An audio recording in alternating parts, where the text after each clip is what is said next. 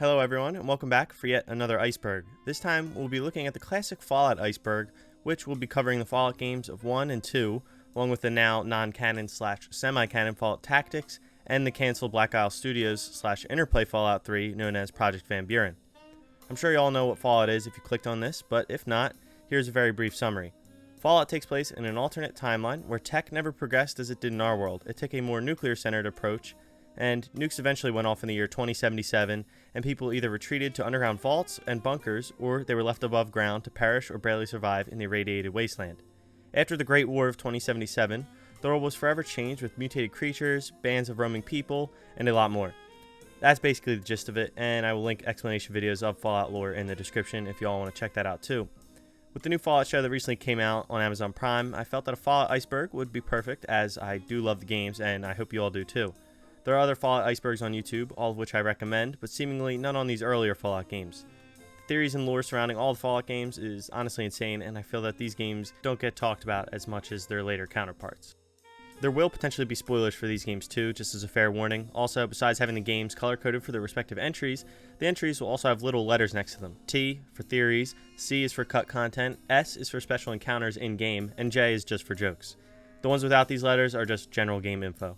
So enough with my rambling, and without further ado, let's get into the classic Fallout Iceberg and begin Tier 1. Starting Tier 1, we have the Chosen One is the Vault Dweller's grandchild. Okay, so some background info on who these names refer to. The Vault Dweller is the protagonist of the original Fallout game, Fallout 1, and they emerge from Vault 13 into the wasteland of a world devastated by nuclear war.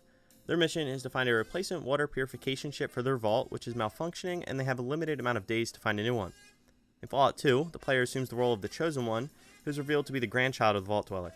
The Chosen One is from the village of Arroyo and embarks on a quest to find a Garden of Eden creation kit, or GECK, to save their village from drought. A GECK is a device designed to provide the tools and resources needed to establish a new settlement in the post-apocalyptic wasteland, including seeds, fertilizers, basic tools, etc. In Fallout 1, there are multiple endings available, but the main one is that the Vault Dweller is basically told not to stay in Vault 13 after he got the water chip. He's prohibited re-entry into his vault, and he is therefore left to roam the wasteland, ultimately founding the village of Arroyo. Fallout 2 takes place in the year 2241, around 80 years after the events of the first game, and this entry just shows that the first two games of the series, that take place on the west coast of America, are related, and that the protagonists of each game are related to each other. Next up, we have Cass is John Cassidy's daughter. John Cassidy, commonly known as Cassidy, is a companion character in Fallout 2. John Cassidy is an older and skilled gunman in the wasteland of Northern California, and Cassidy has had a colorful past, having been a caravan guard, a tribal warrior, and a sheriff at various points in his life. In Fallout 2, the player encounters Cassidy in the town of Vault City or the Den, depending on the player's choices. Cassidy can join the player as a companion, offering his services as a good gunfighter. He provides combat support and can share insights and stories about the wasteland. Rose of Sharon Cassidy, his daughter, known as Cass, is a character in Fallout New Vegas that can also be your companion. Cass is the owner and operator of Cassidy Caravans, a caravan company that operates in the Mojave Wasteland. She inherited the business from her father, and throughout the game, the player can learn more about Cass's past and her relationship with her father and her motivations. It's evident that the two had a complicated relationship, as she says he was a lot different than she is, but it is evident that she has appreciation for him. And Cass's appearance in Fallout New Vegas adds depth to the Fallout universe, bridging the gap between the events of Fallout 2 and the new setting of the Mojave Wasteland in New Vegas. Her connections to her father provide continuity between the two games. Child Killer original Vault Boy icon refers to the fact that in the original Fallout game, a controversial perk called Child Killer existed, which allowed players to kill child characters within the game world. This sparked controversy due to the sensitive nature of the subject matter and, unsurprisingly, led to criticism and backlash. Consequently, subsequent releases of the game, along with patches and updates, removed the Child Killer perk and its associated Vault Boy icon, which depicted Vault Boy kicking a pregnant woman. Today, in the 3D Fallout games, you cannot kill children either, though, of course, there are mods that let you. Becoming an adult star in New Reno refers to that in Fallout 2, players have the option to pursue a career as an adult star in the city of New Reno, a city known for its seedy and morally ambiguous atmosphere. This path involves interacting with various characters and factions in New Reno, such as the movie studio and its producers, along with others.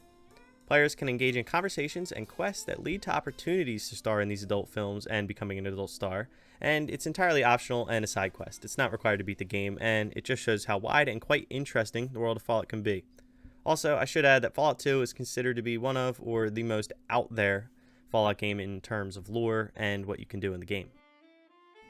Ending Tier 1, we have Vault-Tec Experiments. In Fallout 1, 2, and Tactics, along with the other games in the series too, the Vault-Tec Corporation, under the guise of providing safety and shelter from the nuclear devastation, conducted a series of morally dubious experiments within the vaults scattered across the wasteland. These experiments range from social manipulation to physiological alterations, aiming to study the effects of isolation, radiation exposure, and other factors on human behavior and physiology. Vault 11, for instance, implemented a sacrificial lottery where residents were misled into believing they must sacrifice one member annually to avoid retaliation from an automated system. Vault 12, located in Bakersfield, California, exposed its inhabitants to continuous radiation due to a malfunctioning door, inadvertently transforming them into ghouls, a radiation-immune humanoid species. Other notable experiments include Vault 75's eugenics program, which aimed to improve the human gene pool through selective breeding, and Vault 108's cloning experiments, where the Overseer was replaced by a series of clones vying for control. Throughout the Fallout series, players encounter the aftermath of these experiments, and in the games they feature prominently, some being thriving communities and some being creepy horror stories. Starting Tier 2, we have Nobark is the Chosen One. Nobark Noonan is a character in Fallout New Vegas, and he's a somewhat eccentric and paranoid-sounding old man who resides in Novak, a settlement in the Mojave Wasteland. He is known for his rambling and often nonsensical stories and conspiracy theories, which he shares with anyone who will listen. And things of a disturbing nature going on at the McBride Corral. Seems every night one of their herd meets a most unnatural death, and always there's holes all over the body. Work of the chupacabra, the livestock vampire, says Nobark, but they don't pay no mind.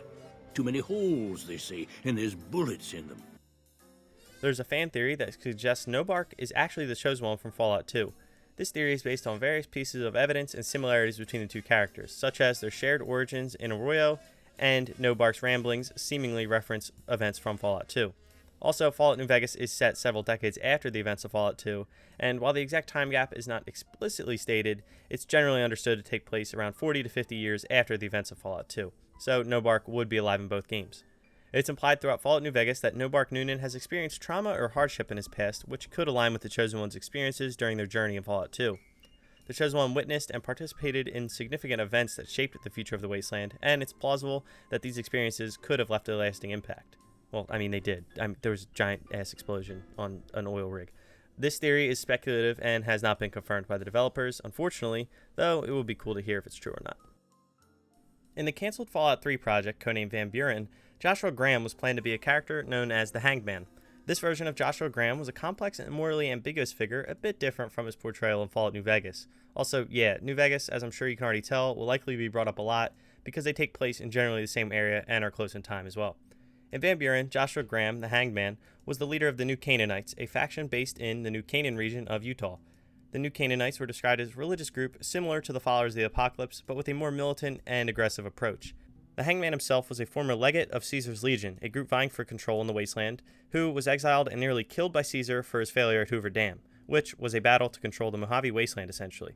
Despite his exile, the Hangman continued to be a formidable and influential figure in the Wasteland, commanding the loyalty of his followers and wielding considerable power. Despite his outward appearance of strength and authority, the Hanged Man harbored inner demons and struggled with his past, particularly his involvement with the Legion, as they were known to be pretty brutal. Joshua Graham's character in Van Buren was intended to be a complex and morally ambiguous figure. While Van Buren was never released, elements of Joshua Graham's character were later reworked and incorporated into his portrayal in Fallout New Vegas, such as his backstory with the Hoover Dam. Also in the cancelled Fallout 3 project Van Buren, Caesar was also planned to be a character known as Caesar Augustus. This version of Caesar was, like Joshua Graham, a complex and formidable figure, a bit different from the New Vegas Caesar we got, but with similarities as well. In Van Buren, Caesar Augustus was the ruler of Caesar's Legion, a powerful and expansionist faction that controlled significant territory in the American Southwest.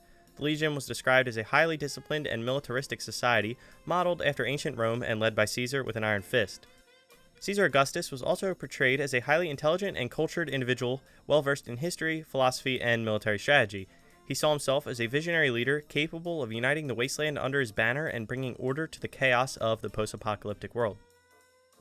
Preset characters refers to pre-designed or predefined characters that players can choose to play as in Fallout 1 and 2. These characters often come with their own set of attributes, skills, backstories, and even appearance. In Fallout 1 and 2, players have the option to create their own custom characters as well, rather than just choosing from these preset options. When starting a new game, players are presented with character creation screens where they can allocate attribute points, distribute skill points, choose traits, etc. Players can also choose from various pre-made character builds, like melee builds or energy weapons.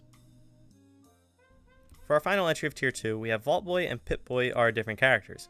Vault Boy is the iconic mascot of the Vault-Tec Corporation, which created the vaults in the Fallout universe, and also he's basically the face of the entire Fallout franchise at this point. And Vault Boy is typically depicted as a cheerful and smiling character in various poses and situations, often used in promotional material, instructional videos, and the Vault-Tec branding. Pip Boy, on the other hand, I assume refers to the mascot that is shown on the Pip Boy in the earlier Fallout games. He looks similar, but has red hair and a slightly different pose. In the later games by Bethesda, he was essentially ditched and never brought back, and Vault Boy just became the face of the Pip Boy wearable wrist devices in the games. Starting Tier 3, we have the Master created the Psychers. First, the Master. The Master is a grotesque figure, a result of extensive exposures to the Forced Evolutionary Virus, or FEV. His body is a mass of mutated flesh with multiple appendages, and he lacks a distinct humanoid form and instead resembles a mass of mutated tissue. Originally a human, the Master was once a brilliant scientist and a leader of a group of survivors in the post-apocalyptic wasteland. He sought to find a solution to the chaos and suffering caused by the nuclear war, and in his quest for knowledge and power, he experimented with the FEV, a pre-war biological weapon designed to create super soldiers. The Master's primary goal is to create a perfect, unified society through the forced evolution of humanity using FEV, and he believes that by merging all humans into a single hive-minded entity called the Unity, he can eliminate conflict and suffering in the wasteland.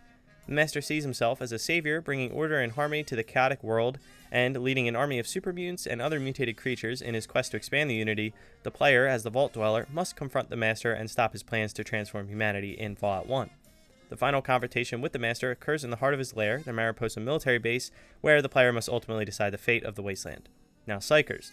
Psychers first appear in the first Fallout game, and the story of those Psychers is that the Master, after he had gained psychic powers, wished his followers to have similar abilities as him.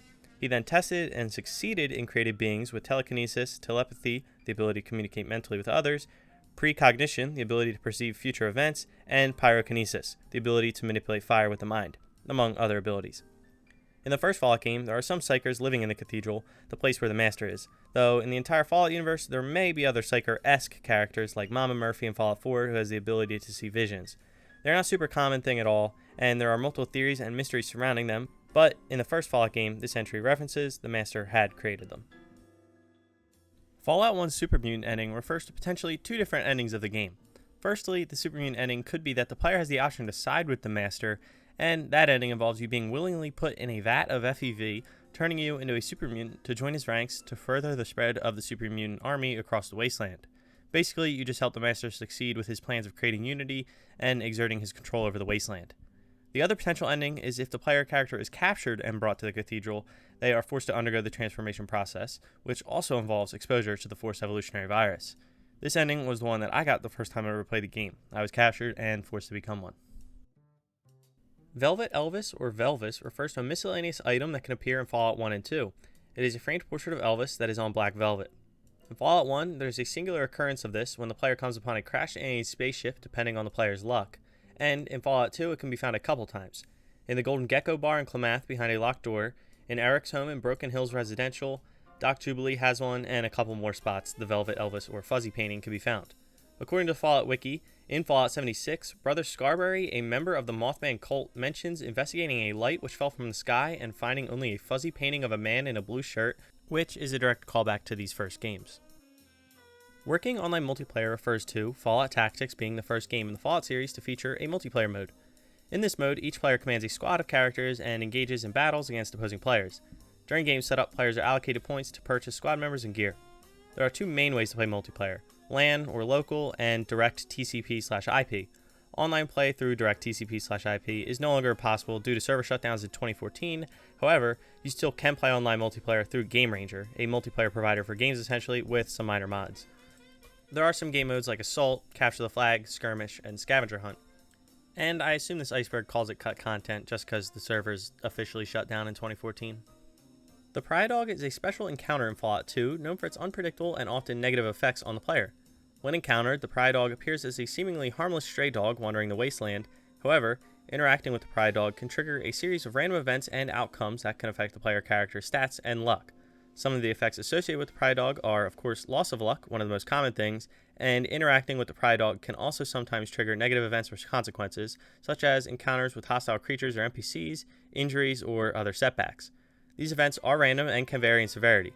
Some players interpret the Pride Dog as a cursed entity, bringing misfortune and bad luck to those who encounter it, and while this interpretation is not explicitly stated in the game, the Pride Dog's reputation for causing trouble has led to its association with superstition and bad omens among Fallout 2 players. The Master's real name is Richard Moreau. Before his transformation into the mutated entity known as the Master, Richard was a former resident of Vault 8, which was a control vault to be opened around a decade after the bombs fell to repopulate the wasteland. After being exiled from Vault 8 due to his mutations caused by prolonged exposure to FEV, Richard eventually became the leader of the Super Mutants and adopted the title of the Master. Though, while he was still human, he changed his name to Richard Gray, and also is known by his followers with names like the Holy Flame, Dark God, Father Hope on top of the Master. Ending Tier 3, we have the Cafe of Broken Dreams. Located in the town of Modoc, the Cafe of Broken Dreams is a special encounter and unique location in Fallout 2, featuring a memorable encounter with several characters from the original Fallout game. Upon entering the cafe, players are greeted by familiar sights, characters from the original Fallout game including Tondi, Set, and Dogmeat. These characters are presented as NPCs who reminisce about their past adventures and share stories from their travels. The cafe is a copy of the Maltese Falcon found in the first game, and if the player is wearing a vault suit, they are able to take Dogmeat as a companion, though if you attack Dogmeat, a man will appear wearing a leather jacket to fight you, referencing Mad Max 2 The Road Warrior. Overall, the cafe is a cool little feature that can appear in Fallout 2 and is a cool callback to the original game. Starting Tier 4, we have Boone appears in Fallout Tactics. This is a theory that really has nothing on it that I could find besides voice actors. The voice actor for Boone in New Vegas, a former NCR sharpshooter who is available to be a companion, is named Jason Marsden, who did voice work for Fallout 2 and Tactics. This entry refers to Tactics, which really makes no sense as it takes place like 90 years before New Vegas. I think it's trying to say that another character from Fallout 2, actually, that Marsden voiced, Myron, grew up to be Boone, which still makes no sense because he dies in that game. Spoilers, sorry. The only other info was a YouTube video I found titled Boone in Fallout Tactics, though the comment that is there says it's Myron's dad, but it is Horace in the video, a character Marsden voiced as well, and also Myron's dad is never really mentioned. I don't know why this theory is on this iceberg, and it's pretty wacky. It makes not much sense, so if you know anything about it, please let me know. Fallout 2 Highwayman in New Vegas is talking about the Highwayman, a drivable vehicle featured in Fallout 2, and while it does not appear in Fallout New Vegas as a drivable vehicle, the Highwayman's design is referenced in Fallout New Vegas through the presence of a non-drivable vehicle called the Wrecked Highwayman. The Wrecked Highwayman is also a location in the Mojave Wasteland and can be found northwest of Snyder Prospector Camp and southwest of Clark Field, just off of Highway 95. It is basically just the shell of the car, and there can be found in its trunk a footlocker with random loot, but also, notably, a star bottle cap. Vault Zero is a significant location in the Fallout universe, particularly in Fallout Tactics. Vault Zero was one of the experimental vaults constructed by Vault Tech Corporation as part of the larger Vault experiment.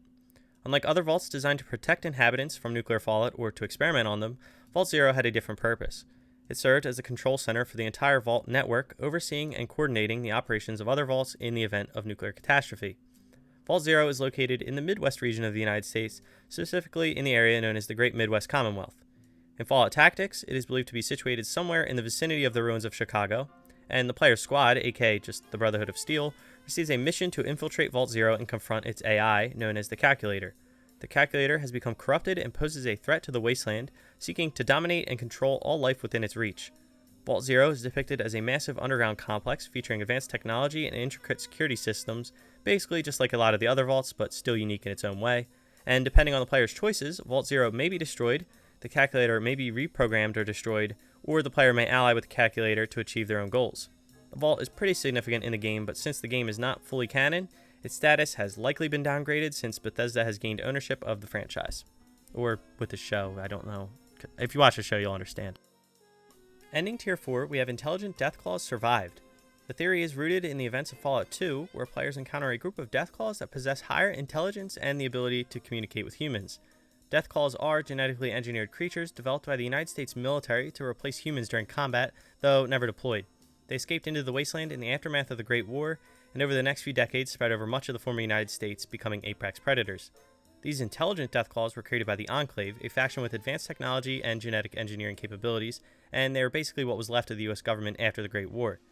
After the events of Fallout 2, the fate of the intelligent death claws is left somewhat ambiguous. However, some fans speculate that these death claws may have survived and established their own communities or societies in the wasteland. They were intended to serve as loyal soldiers and guards for the Enclave, but some of them rebelled against their creators and sought freedom. They were capable of forming complex social structures, communicating with humans as said, and even expressing emotions such as loyalty and friendship. They may have sought out remote or hidden locations where they could live in peace and security away from the dangers of the wasteland. The fate of the intelligent Deathclaws is not explicitly addressed in subsequent Fallout games or official lore sources, leaving room for speculation and interpretation. While there are references to Deathclaws in the later games, they do not specifically mention the intelligent ones from Fallout 2, so it's cool to think that they're still out there.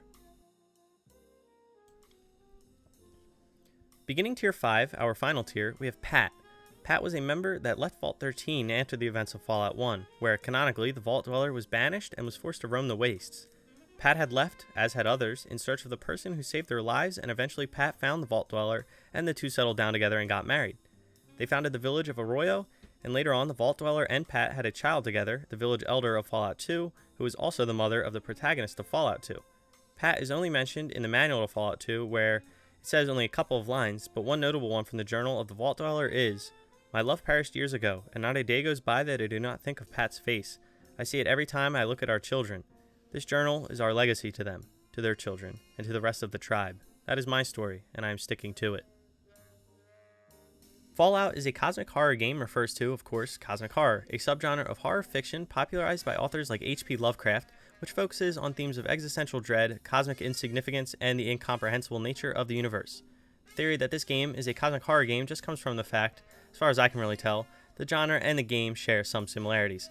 The Fallout universe features mutated creatures, powerful artificial intelligences, and mysterious civilizations, like the Institute, though that is not really the classic Fallout games, but that could evoke a sense of cosmic mystery and otherworldly dread.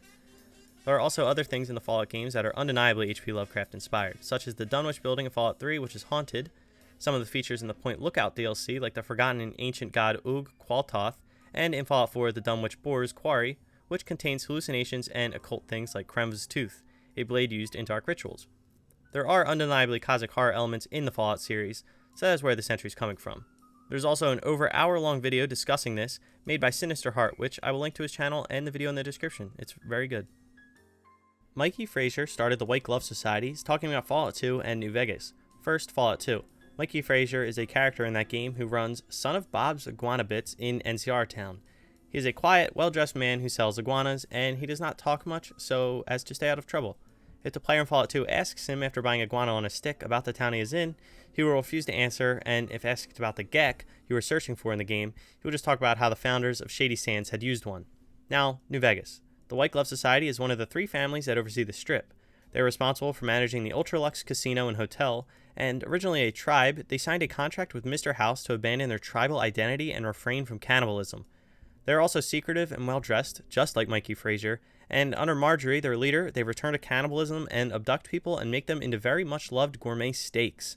The theory, from what I can deduce, just says that since both are very well-dressed and secretive, that Mikey Frazier had formed the White Glove Society when they were a tribe before coming into contact with Mr. House. It has never been confirmed or anything, but it is a cool theory nonetheless.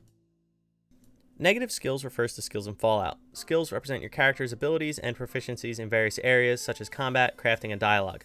Each skill is associated with a specific attribute such as strength, perception, endurance, charisma, intelligence, agility, or luck. Your character's starting skills and their progression throughout the game are influenced by these attributes, as well as by perks, equipment, and other factors. Negative skills refers to tactics, where in that game there are skills that add an extra layer of challenge and complexity to the game. These negative skills represent weaknesses or drawbacks that your character may have, and they can have adverse effects on gameplay.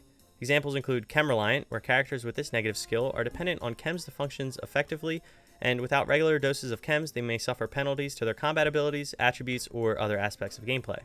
Kleptomania. This skill makes your character prone to stealing items uncontrollably, which can lead to negative consequences such as being caught and facing repercussions. Night Blindness. Characters with night blindness suffer penalties to their perception and combat effectiveness during nighttime or low light conditions. One Eye. Characters with one eye have reduced depth perception and accuracy in ranged combat, making them less effective overall. Trauma. Trauma causes your character to suffer from severe psychological trauma, leading to negative effects on their mental state and possibly affecting their interactions with NPCs and party members. And that's just the tip of the iceberg. There are a couple more, I think. Hairy Deathclaws are Deathclaws, kinda, that are what the name implies, hairy.